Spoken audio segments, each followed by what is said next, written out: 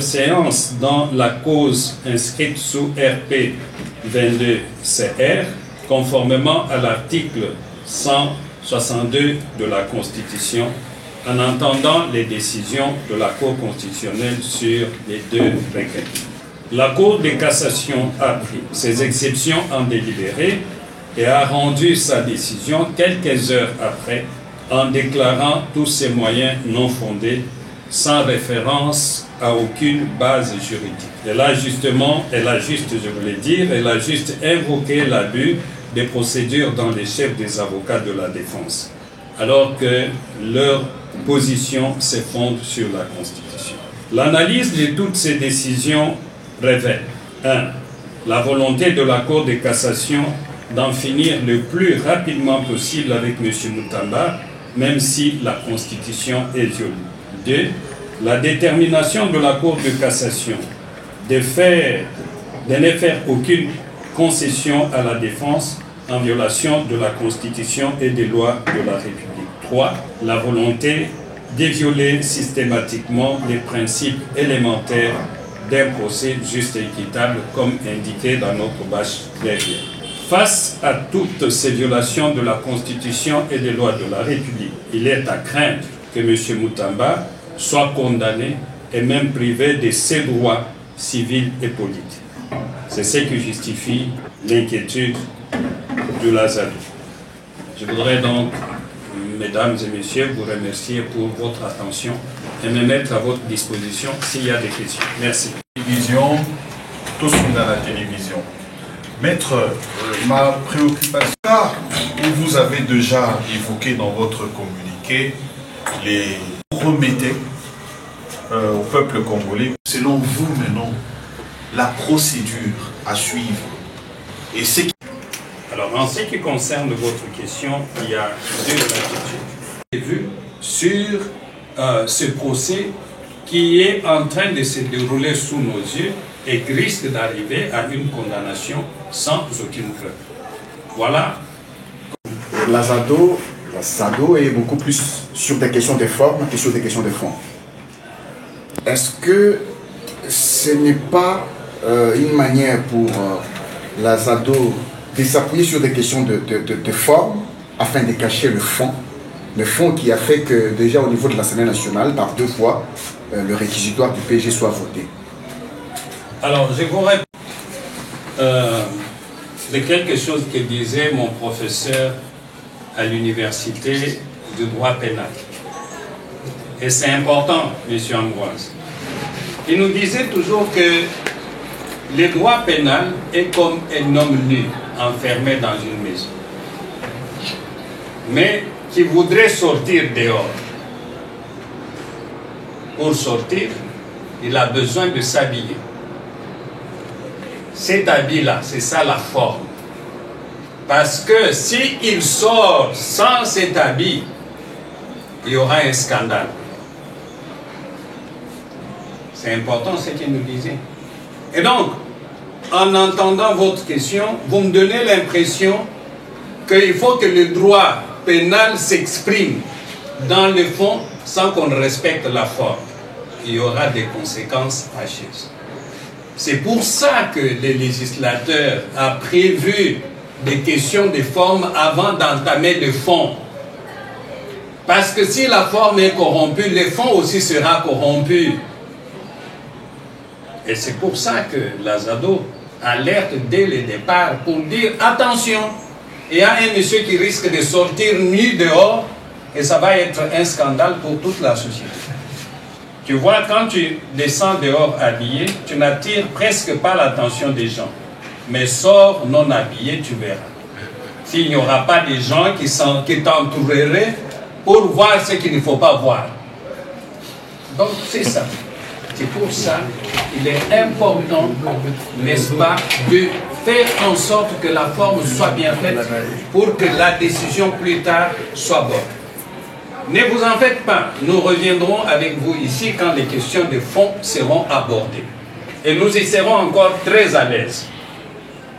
Parce que nous voulons que, même si M. Moutamba a fait quelque chose de mal, mais qu'il soit puni proportionnellement n'est-ce pas, au fait qu'il a commis. Ça, c'est important. Nous ne disons pas qu'il n'a pas fait. Nous ne disons pas qu'il a fait. Nous disons tout simplement que la justice soit faite de telle sorte qu'il soit puni proportionnellement à ce qu'il aurait fait.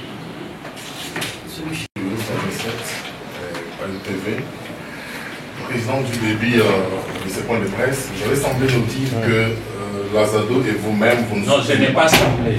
J'avais dit que vous ne soutenez pas Constant Moutamba. Vous ne soutenez personne ni la justice. Mais en lisant votre communiqué tout à l'heure, ça saute à l'œil nu que Lazado apporte son soutien total à Constant Moutamba.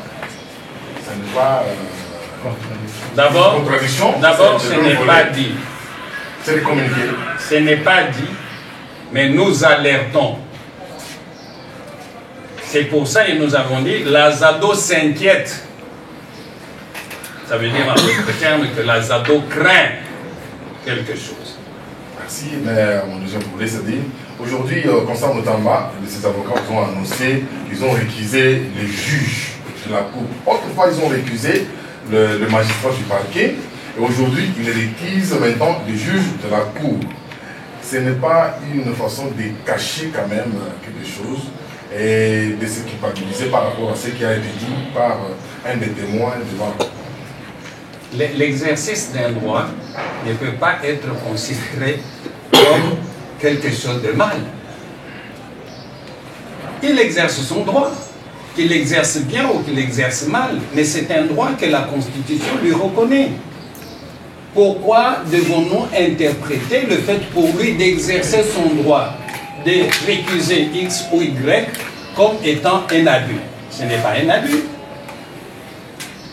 En fait, si nous comprenons bien, M. Moutamba voudrait qu'il soit jugé. Il n'est pas en fait, comment je dirais, il n'est pas dans une situation de dire je ne veux pas répondre de mes responsabilités. Non, ce n'est pas ça son combat. Son combat est de dire nous avons besoin d'être jugés par des juges impartiaux. Et quand on se retrouve des juges qui donnent l'impression de ne pas d'être partiaux, la personne qui est en face n'a que le droit d'exercer ces droits qui lui sont reconnus par la Constitution, dont notamment la récusation. Est-ce que, Maître, avant de cette réquisition, d'avoir récusé justement ces juges-là, nous avons eu justement dans les toiles, dans les réseaux sociaux, le TikTok, c'est cette rivalité, cet échange-là entre Constant Moutamba et le président justement du tribunal ce jour-là. Une question au niveau de la population. Après avoir recusé et avoir vécu ce cinéma-là dans les réseaux sociaux, est-ce qu'il y a des sanctions que prévoit la loi en rapport avec des juges impartiaux, comme nous le voyons maintenant? Voilà. Très bien. Alors, qui sont partiaux, voilà, les juges partiaux. Alors, je pense qu'il faut faire la différence entre deux choses. La récusation et la prise à partie. La récusation, sa sanction, c'est que soit les juges qui est concerné se déportent, soit c'est tous les sièges qui est concerné. Et la récusation doit être justifiée. Et quand vous lisez la requête de M. Moutamba, que j'ai vue ce matin, chaque juge concerné, il y a des raisons, des reproches que M. Moutamba lui fait. Voyez-vous? Et là-bas, c'est tous les bureaux qui est récusé. Tous les sièges. Okay. Donc, je dirais tout simplement que la sanction, c'est que les juges se déportent. Maintenant, si les juges commettent des faits de nature, je dirais, infractionnelle, ou des faits qui touchent à sa dignité, ou à la dignité même de la justice, il peut être pris à partie. Et la prise à partie, ça veut dire que les juges pourraient risquer soit une sanction disciplinaire, soit une sanction pénale. Merci. banderole là, procès des constats Moutamba n'est ni juste ni équitable. Moi, je me pose la question, est-ce que c'est la forme qui pose défaut dans ces procès, ou soit c'est les procès qui ne devraient pas avoir lieu? Parce que ces procès, vous les trouvez injustes. Mais moi, je sais que la SADO a toujours défendu l'utilisation abusive de l'attribution des marchés des gré à gré. J'aimerais avoir votre point de vue. Très bien. Mon point de vue est que si nous disons que le procès n'est ni juste ni équitable, ça veut dire que le procès se déroule. C'est que le procès existe. Parce que si notre intention était que le procès ne puisse pas exister, on n'aurait pas pris cette posture. Maintenant, comme vous le voyez, vous et moi, on n'a pas encore abordé les questions de fond. Nous sommes dans la forme. Et je reviens à ce que je disais avec l'exemple de mon professeur. Il faut que la forme soit bonne pour qu'on attaque le fond avec sérénité. Parce que quand vous dites que M. Moutamba est poursuivi pour avoir engagé, non, il est poursuivi pour détournement des biens et fonds publics. C'est ça ce qu'on lui reproche. Maintenant, quand vous dites, je ne vais pas aborder les fonds parce qu'on y reviendra. Maintenant, quand vous dites qu'il y a eu des fautes en ce qui concerne la passation des marchés, ce sont des fautes administratives. Je suis aussi conscient que les fautes administratives peuvent préparer des lits. Ah voilà, monsieur Ambroise saute. Ça, tu peux préparer les lits. Saute. Je n'ai même pas encore fini. Saute directement pour dire oui. Mais on va débattre avec toi demain. Donc, je dis tout simplement que ça pourrait, n'est-ce pas, préparer le lit d'une infraction de détournement. Mais il faut qu'on apporte des preuves. Et ce sont ces preuves que nous allons attendre. Président Désiré de Radio Okapi, Maître, vous avez dit que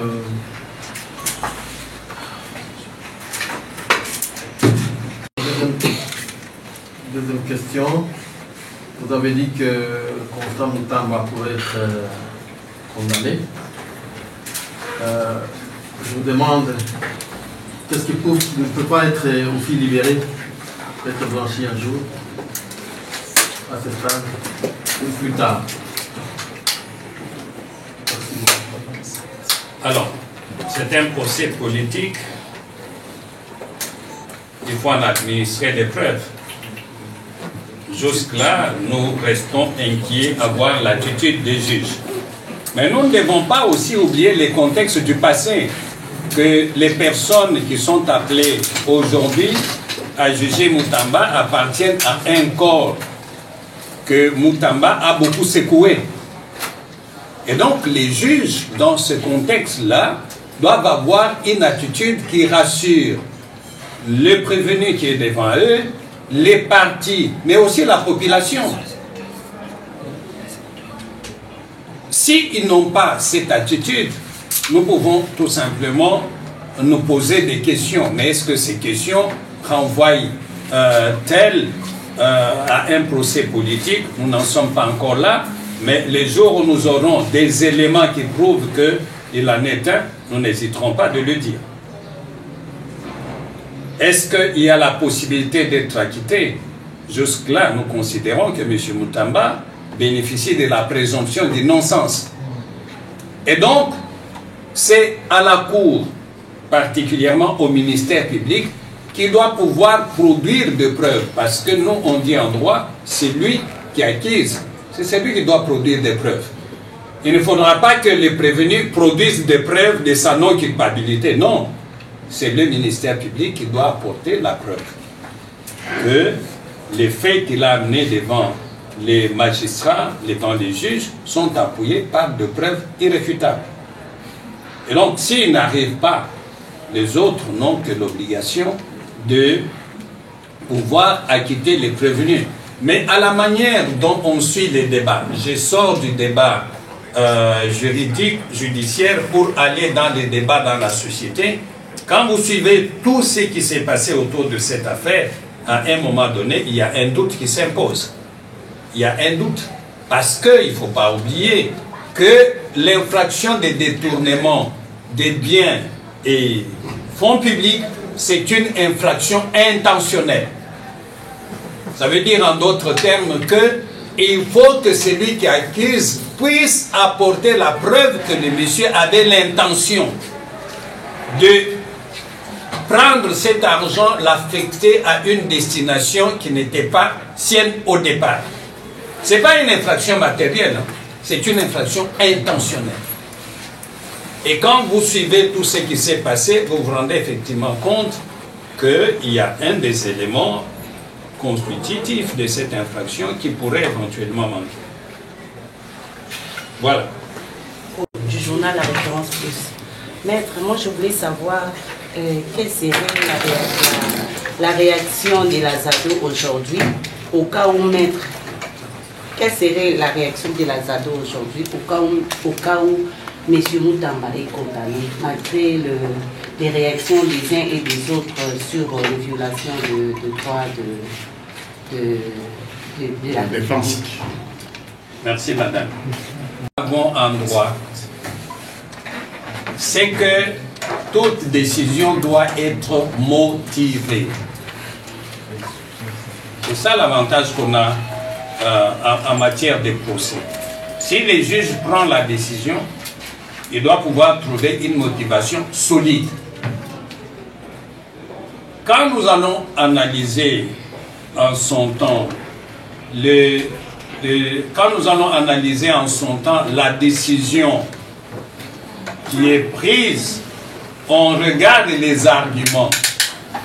Nous allons voir si c'est vraiment une décision qui correspond aux charges ou pas. Ça, c'est vraiment important. Si c'est une décision qui ne correspond pas aux charges, on donnera à M. Moutamba les conseils qu'il faut pour qu'il puisse, en fait attaquer par toute voie de droit, même si nous savons que la Cour de cassation rend ses décisions en premier et en dernier ressort. Vraiment, je vois, il y a beaucoup, je ne sais pas, maître, vous avez un dernier mot à dire avant de nous séparer. Le dernier mot pour moi, c'est de vous remercier particulièrement pour ceux qui étaient là à l'heure. C'est important pour moi, travailler à l'heure et vous libérer aussi à l'heure. Comme ça, chacun peut aller à ses occupations. En même temps aussi, je voudrais dire que c'est vrai que nous tous, nous travaillons pour gagner notre vie. Mais n'oublions pas qu'il y a des causes qui demandent la mobilisation de tous. Parce que ce qui était arrivé à Stani Boujakera arrive aujourd'hui à M. Moutamba. Demain, à qui le tour? Peut-être c'est moi, je ne m'exclus pas, mais je prends des précautions pour ne pas être de prochain. Peut-être que ça sera vous.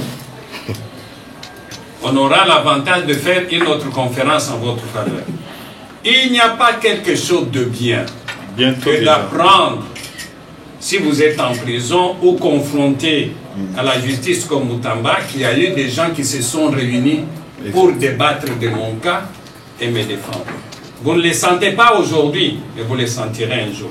Ce n'est pas ce que je souhaite, mais faisons des choses de telle sorte que ceux qui sont en difficulté, nous puissions les accompagner. S'ils ont commis des erreurs, qu'ils soient sanctionnés proportionnellement. S'ils ne les ont pas commises, qu'ils soient tout simplement relâchés. C'est notre combat, c'est le combat de tous. Bonne journée.